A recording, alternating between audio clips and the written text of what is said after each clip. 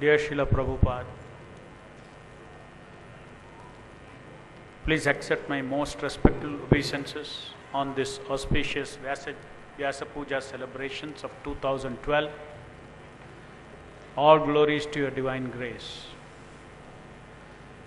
Srila Prabhupada, you are a very dear and most confidential servant of the Supreme Personality of Godhead Krishna, empowered to distribute the mercy of Lord Chaitanya Mahaprabhu to the population of the modern world.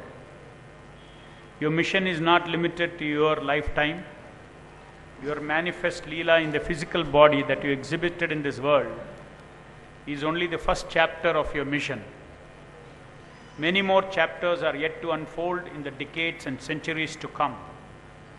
The world is yet to recognize the full glory of your mission, founded and spiritually powered by you, always as its Acharya. You instructed that wherever the name of your mission is mentioned, to always add founder Acharya, meaning you are the founder and the Acharya, not the Purva Acharya of the disciplic succession. During your physical presence and after your physical departure, your transcendental power of touching the conditioned souls through your Vani, both written and spoken words, has been the greatest factor in transforming millions of hearts. In one sense, your followers today are more fortunate due to easy access to your transcendental words. This is especially made possible by modern technology. We can see the real purpose of these advances in technology has been masterminded by Lord Chaitanya for propagating the Krishna consciousness movement. Your Vani has been spiritually frozen in the time by modern technology of printed books and electronic media. It is available for any sincere person to simply apply the spiritual fire in the form of sincere inquiry and service of absolute truth. And the Vani will melt and start vibrating once again, ever fresh, with exactly the same spirit and energy that you spoke those words during your pastimes in your physical body. Your pastimes with conditioned souls of this world through your Vani is your continued service in this world to Lord Chaitanya, to deliver the conditioned souls by distributing the holy name and the transcendental knowledge through the vessel of the organization that your divine grace founded. Thus you are active even now and will continue to be active in the midst of humanities for centuries to come, beyond the limits of time and space, touching millions of lives of those your divine grace, those who accept your divine grace as their spiritual master. Those who are in touch with your Vani are in touch with you every day, and you are personally guiding all such souls. Only the ignorant think that there is any change in the intensity of your service to the Lord on this earth after November 1977. Your divine grace is present with us in no lesser way than you were present for the people of this earth before 1977. Testimonials of these direct reciprocations are countless, my own life being one such, and we keep hearing more and more testimonials all the time. Unfortunately, Maya has doubtlessly intervened to retard the growth of the transcendental movement by entering the minds of the Governing Body Commission in the year 1978. There was no need to change anything in ISKCON after your divine grace left your physical body.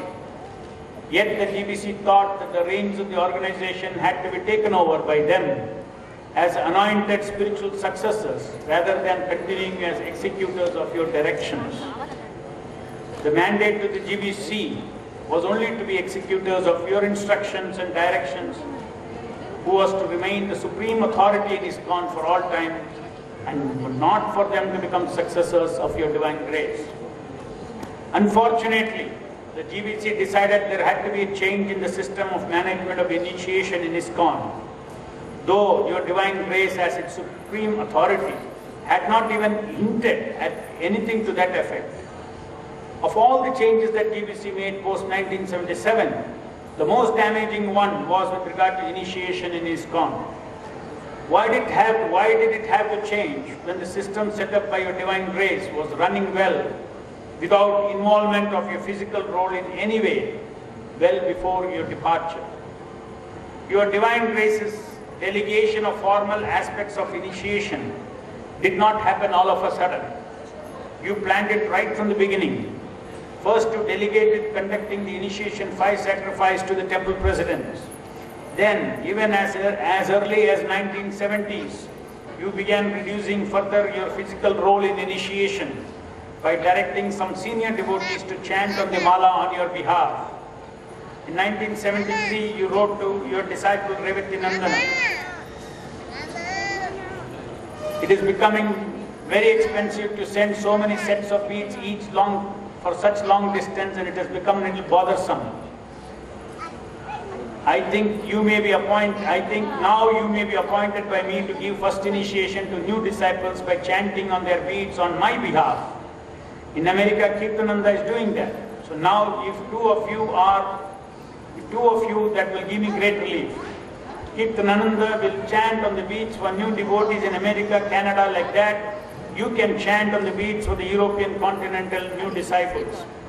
They shall, of course, still be considered as my disciples, not that they shall become your disciples, but you will be empowered by me to chant their beads, and that is the same effect of binding master and disciple as if I were personally chanting. Thus, only name-giving was retained by your divine grace.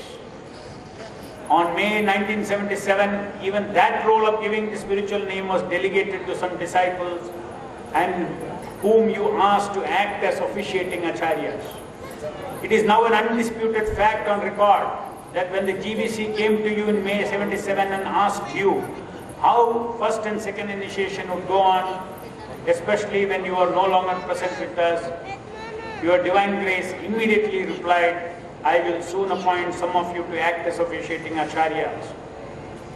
You did not even say you would appoint officiating acharyas. Rather, you said the persons whom you would appoint would act as officiating acharyas. Officiating acharya is not the title you gave to those whom you named for giving initiation. It was just a description of their institutional function.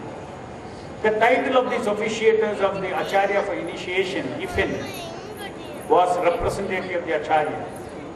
The direct English meaning of these words, act as officiating acharya, is that these persons will officiate for the acharya in the matter of delivering initiation of your divine grace. Again, in your last will, you said the system of management will continue as it is now and there is no need of change. Yet the GBC dared to change, and this change has taken a huge toll on the growth of the movement. One mistake over another over the years has resulted in institutionally eclipsing your divine grace's influence in the life of each and every new devotee who joins ISKCON.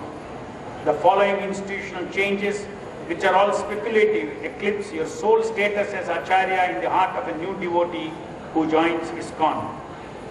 Speculation 1. The newly initiated persons are asked to surrender their lives to these initiators, and assurance was implicit that they would take him back to Godhead. Speculation 2. An understanding was perpetuated that these initiators were spiritual successors of your divine grace, having taken the next position in the discipline succession, with your divine grace becoming one of the Purva Acharyas to anyone after 1977. These initiators, who were representative of the Acharya, slid into the role of the present Acharyas. Speculation 3. The principle of Maryada Vatikrama was invoked, making it offense to consider relating with Srila Prabhupada directly without going through the present Acharya as offensive. This was stretched to such an extent that they even demanded that their own godbrothers had no access to Srila Prabhupada other than through the present Acharyas. Speculation 4. It was perpetuated that these initiators were Mahabhagavatas and would not fall down from spiritual life. Srila Prabhupada never said that one of the qualifications of the persons whom he named to act as officiating acharyas had to be a Mahabhagavata. Speculation 5. Therefore, the worship of the initiators in the form of daily Guru Pujas were instituted, perpetuating the belief that they are the ones infusing Divya Gyan in the hearts of those they initiated. Speculation 6.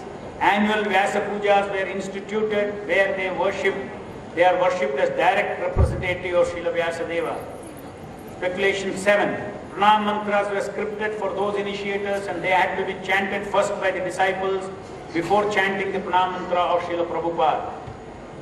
All these new roles of these initiators were based on the assumption that these persons were next to Srila Prabhupada in the parampara, just as Srila Prabhupada was next to Srila Bhaktisiddhanta Saraswati Thakur. This was a big change in your institution.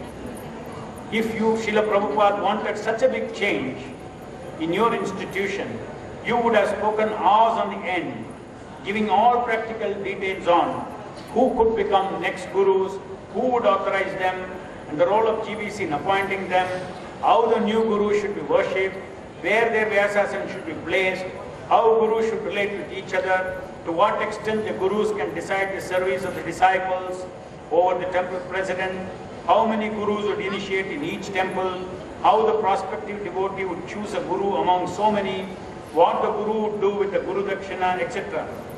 The obvious conclusion is that since you did not speak any of these changes, it must be understood that you did not want any of these speculations introduced in ISKCON. The result of the speculative changes made by the GBC is that these questions are spinning everyone's mind and intelligence for 35 years without finality till date, keeping the whole of ISKCON in confusion. Especially so when one of the self-made gurus fall down.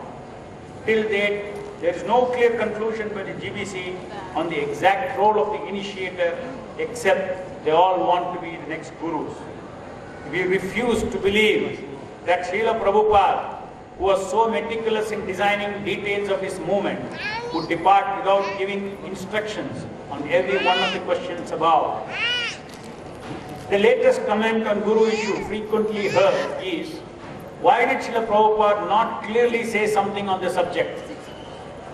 What an irony to say so, when your Divine Grace made it so clear as to how you wanted initiations in ISKCON to go on, particularly when you are no longer there. When the question was asked by the GBC, you immediately answered that I will recommend some of you to act as officiating acharyas. Regarding these words used by your Divine Grace, there is no dispute. By naming these persons, your Divine Grace said more can be added. With respect to these officiating acharyas, your Divine Grace also stated that whoever is nearest can initiate. Since there was no option to choose an officiating acharya by the candidate to be initiated, and he had to be initiated by whoever is nearest, it is clear that the initiator was only officiator of the divine initiation of your Divine Grace, and not the deliverer of the entire Diksha process, exactly the way a disciple looked upon your Divine Grace and surrendered his life. When your Divine Grace wanted to essentially continue what was going on regarding initiation, with the only change being new appointment of officiating acharyas with clear role, the logic that you had to speak hours and end on this and write so many letters is faulty. Just one letter to all the leaders was ample enough order. You taught that authorization by the predecessor acharya is a condition precedent for one to become a successor. Quote, one should take initiation from a bona fide spiritual master coming in disciplic succession who is authorized by his predecessor spiritual master. This is called Diksha Vidhana. We see that your Divine Grace did not authorize anyone in this matter. There is only authorization to act as officiating acharyas. In 1998, after coming to know that your Divine Grace did not authorize 11 persons as successor acharyas, but wanted everyone to be initiated as your disciples, wherein the initiator would act as the officiating acharya, we in ISKCON Bangalore questioned about the authorization. A few of us approached the GBC in February 1999, respecting its authority as the executors of His Divine Grace's directions, and made a presentation. In response, the very next day the GBC passed a resolution expelling us from ISKCON movement. It shocked me and also all the devotees in Bangalore. But Srila Prabhupada, by your protection, even after more than a decade after passing this resolution, not a single day have we felt expelled. This is nothing but your care and kindness to us. Srila Prabhupada, by your mercy, we are still in ISKCON preaching as usual, in spite of the GBC resolution expelling us. We continue to serve your Divine Grace mission with more fervor and energy than we ever before. This only shows that the GBC's resolution to throw out of ISKCON anyone who wants to become your disciple has not been sanctioned by your Divine Grace. If GBC can expel a group in ISKCON and that group still continues to grow and expand preaching in ISKCON for 14 years, the GBC should reconsider their hard position taken against us.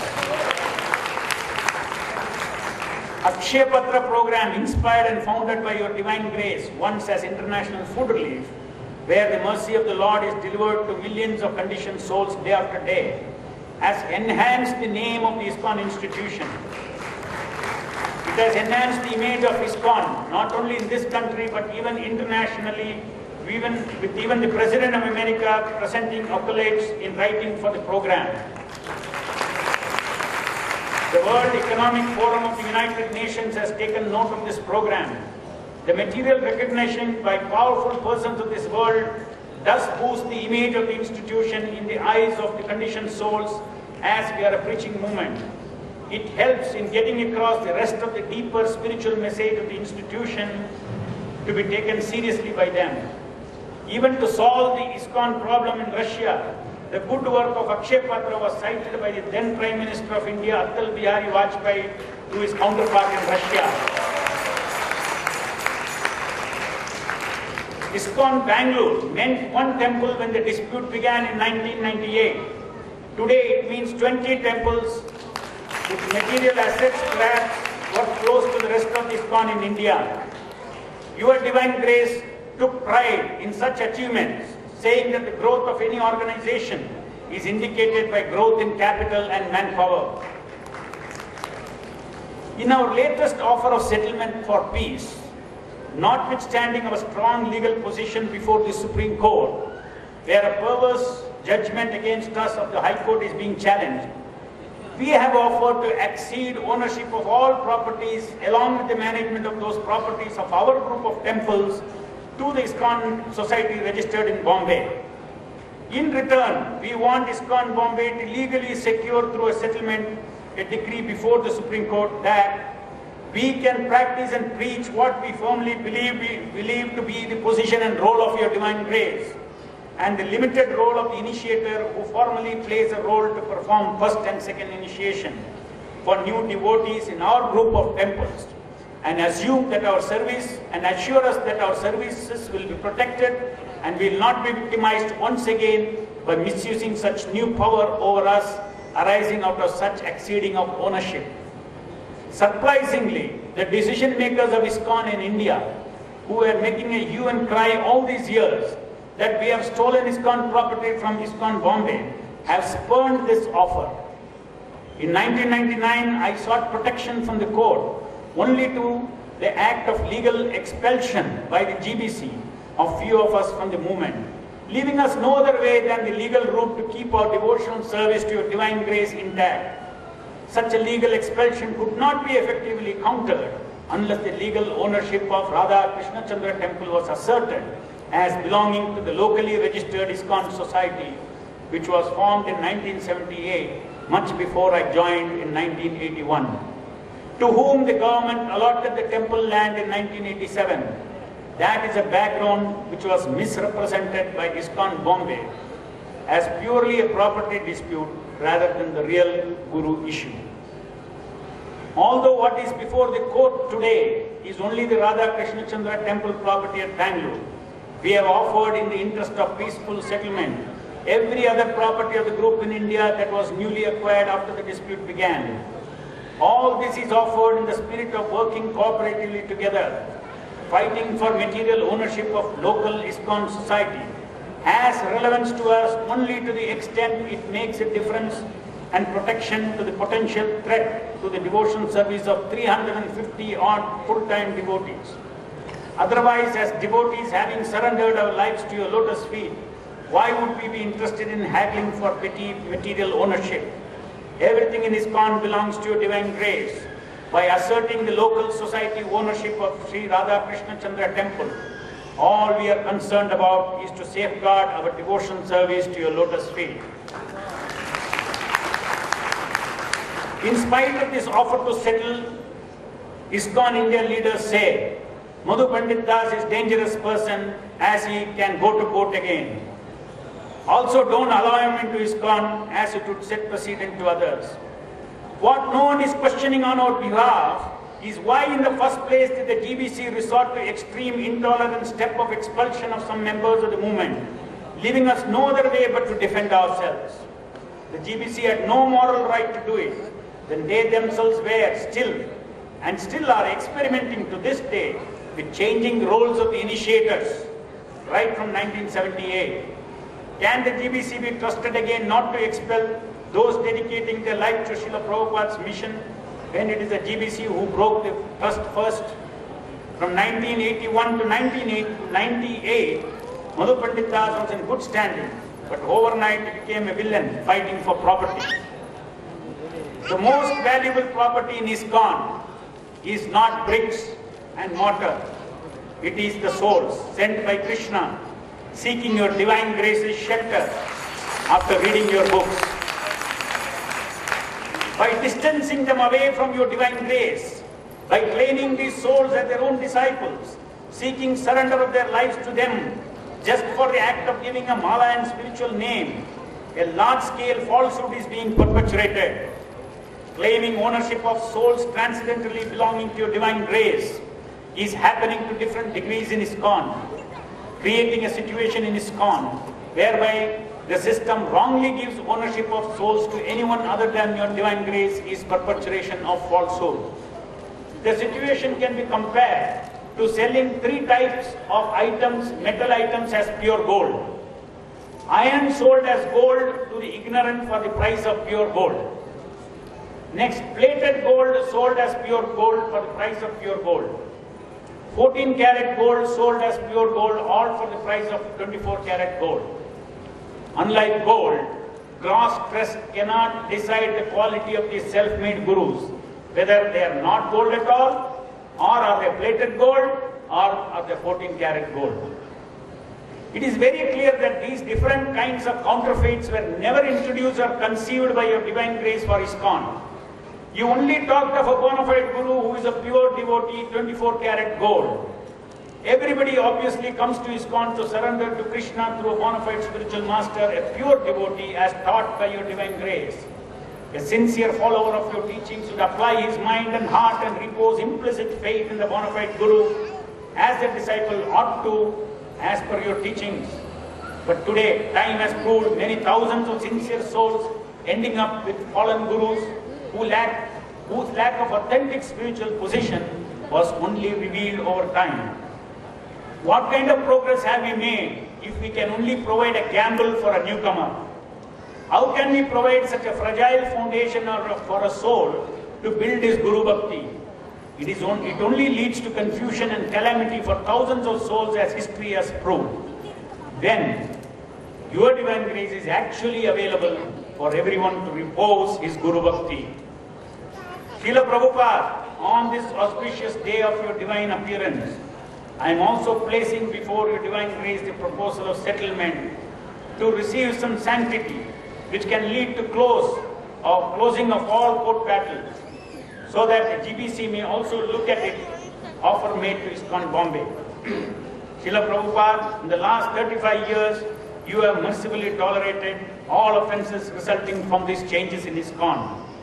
Through hard lessons delivered by Maya, many of the changes introduced for initiations in ISKCON after you physically departed are being dropped one by one over the years, and GBC's understanding is slowly and eventually moving closer to a no-change paradigm for initiations in ISKCON. So there is hope. We realize that fighting over terminology is less important than working cooperatively. We put forward the same proposal to GBC also. The root of all evil is in the rubber stamping souls as their own disciples. This lends itself to different traps for any sincere follower of your divine teachings. Diksha is defined as a process and not merely as an isolated one-time event of first or second initiation. This is very important. In Chaitanya Charitamrita it says, the process by which one can awaken is in transcendental knowledge and vanquish all reactions caused by sinful activities. A person expert in the study of revealed scriptures knows this process as Diksha. Srila Prabhupada, you state in Chaitanya Charitamrita, Adi Leela, generally a spiritual master who constantly instructs a disciple in spiritual science becomes his initiating spiritual master later on. Again in Chaitanya Charitamrita you say, it is the duty of Siksha Guru or Diksha Guru to instruct the disciple in the right way, and it depends on the disciple to execute the process. According to Shastric injunction, there is no difference between Siksha and Diksha Guru, and generally the Siksha Guru later on becomes Diksha Guru. Considering the undisputed fact that Srila Prabhupada, you wish to remain active in the lives of ISKCON devotees through your transcendental Vani, and continue in the same manner at all times as the Acharya of the ISKCON movement, it is a prime duty and proper etiquette of every follower of ISKCON to first promote that specific role of your divine grace in ISKCON as the founder and Acharya of ISKCON. In other words, it is our duty to facilitate your divine grace's Siksha to pervade the lives of the devotee who joins the movement. But what does this mean in the context of the above principle of Siksha becoming the Diksha Guru eventually? When we use the word Diksha, there are two connotations. The broader and complete transcendental idea of Diksha, as defined above by your divine grace, is a process and not merely two ceremonies of first and second initiation. It is a process. The other idea connotes only the events, first and second initiation, which are actually intermediate steps at two specific stages in the process of transcendental Diksha. Since Srila Prabhupada is the primary Siksha Guru, and if we guide the neophytes with practices in ISKCON, thereby we promote the direct association with the Vani of your divine grace, the primary function of awakening the transcendental knowledge and vanquishing the reactions caused by sinful activities will be done by your divine grace on day one, upon which the devotee comes in touch with the transcendental words. It is a continuous Siksha from your divine grace which naturally leads to the formal Diksha which happens at specific points of time in the ongoing process of transcendental Diksha. After formal Diksha event, the transcendental process of Diksha continues, assisted by so many secondary Siksha Guru assistants of Srila Prabhupada. The trap has been in seeing only one slice of the total Diksha process, that is the formal initiation. When looked at it from this perspective, Srila Prabhupada, you delegated the giving of formal aspects of first and second initiation to your senior disciples, asking them to act as officiating acharyas, when specifically asked about this question. As the word itself suggests, as the word officiating acharya itself suggests, these institutional appointees, foremost leaders in the movement, were meant to officiate the formal Diksha on behalf of your divine grace, starting with accepting the candidate as your disciple.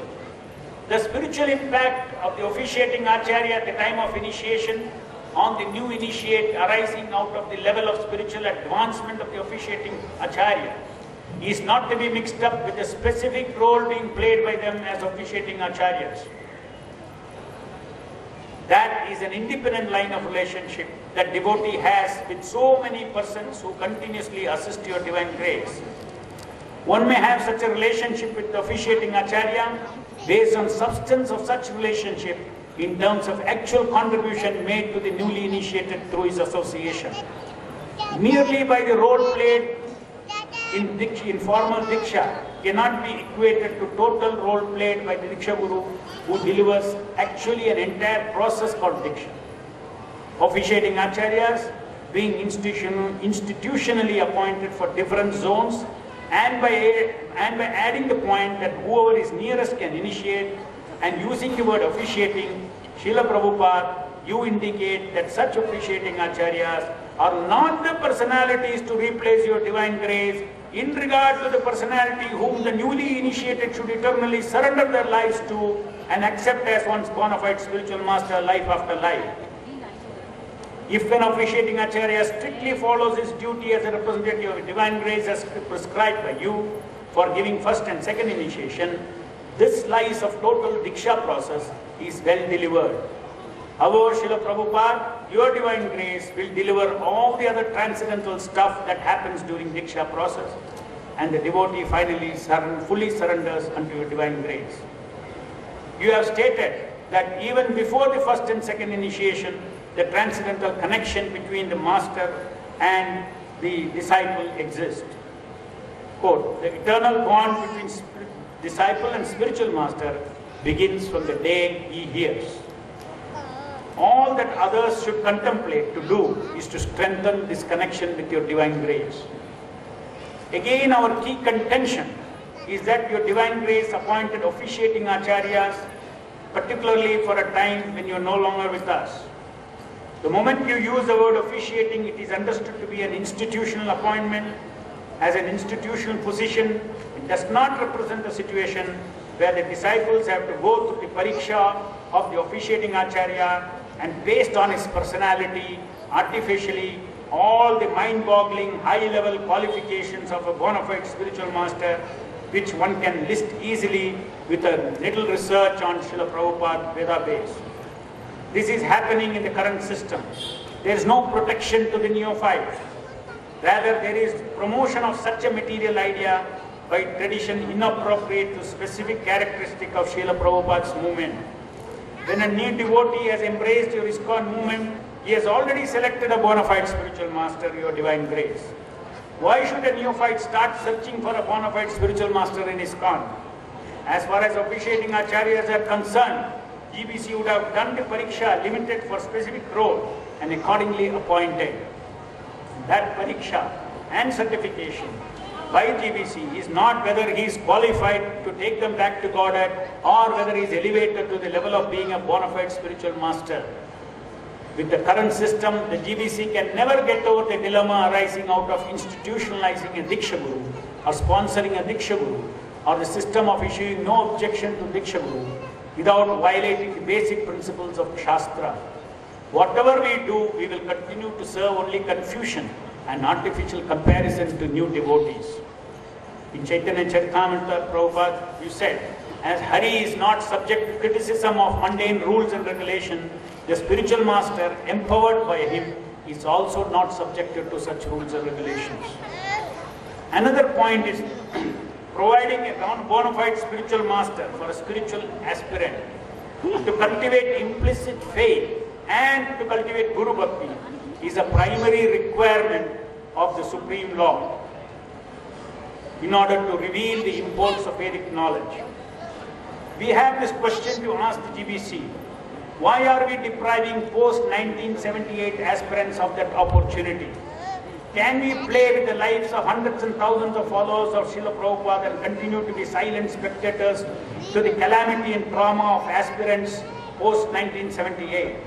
When such abuse of faith has been witnessed in ISKCON post-1978, undisputedly having heard thousands of spiritual children, leaving them traumatized in the last 35 years when their gurus fall down, why not give specific instructions to those taking initiation in ISKCON that the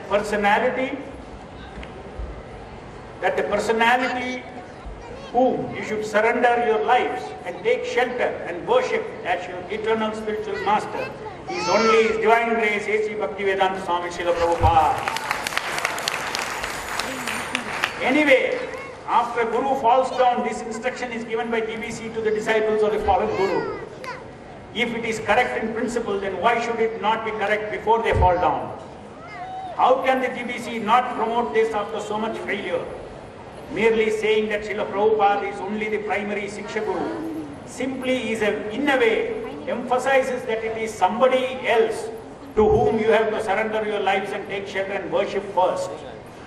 Let the GBC not block by its experimentation on Guru issue the spiritual lifeline of making everyone feel that Srila Prabhupada is their bona fide active spiritual master in their life, as it was for everyone in pre-1978 ISKCON. Every senior person should consciously follow the transcendental etiquette of not only inadvertently allowing devotees to place him in a position more primary than your divine grace and facilitate you, Srila Prabhupada, in administering the Diksha process as he was doing in his institution and through his institution before he physically departed. Your divine grace, Srila Prabhupada, will continue to be the Guru of everyone, delivering continuously Siksha, which eventually matures to transcendental Diksha as you have taught. According to your divine grace, Srila Vishwanath Chakravarti Thakur departed in the year 1708, accepted Srila Jagannath Das Babaji as his disciple, though he was born only in the year 1776. Chaitanya Charitamrita Adi Lila chapter 1. Quote, the direct disciple of Krishnadas Kaviraj Goswami or Srila Narottam Das Thakur, who accepted Srila Vishwanath Chakravarti Thakur as his servitor. Srila Vishwanath Chakravarti Thakur accepted Srila Jagannath Das Babaji,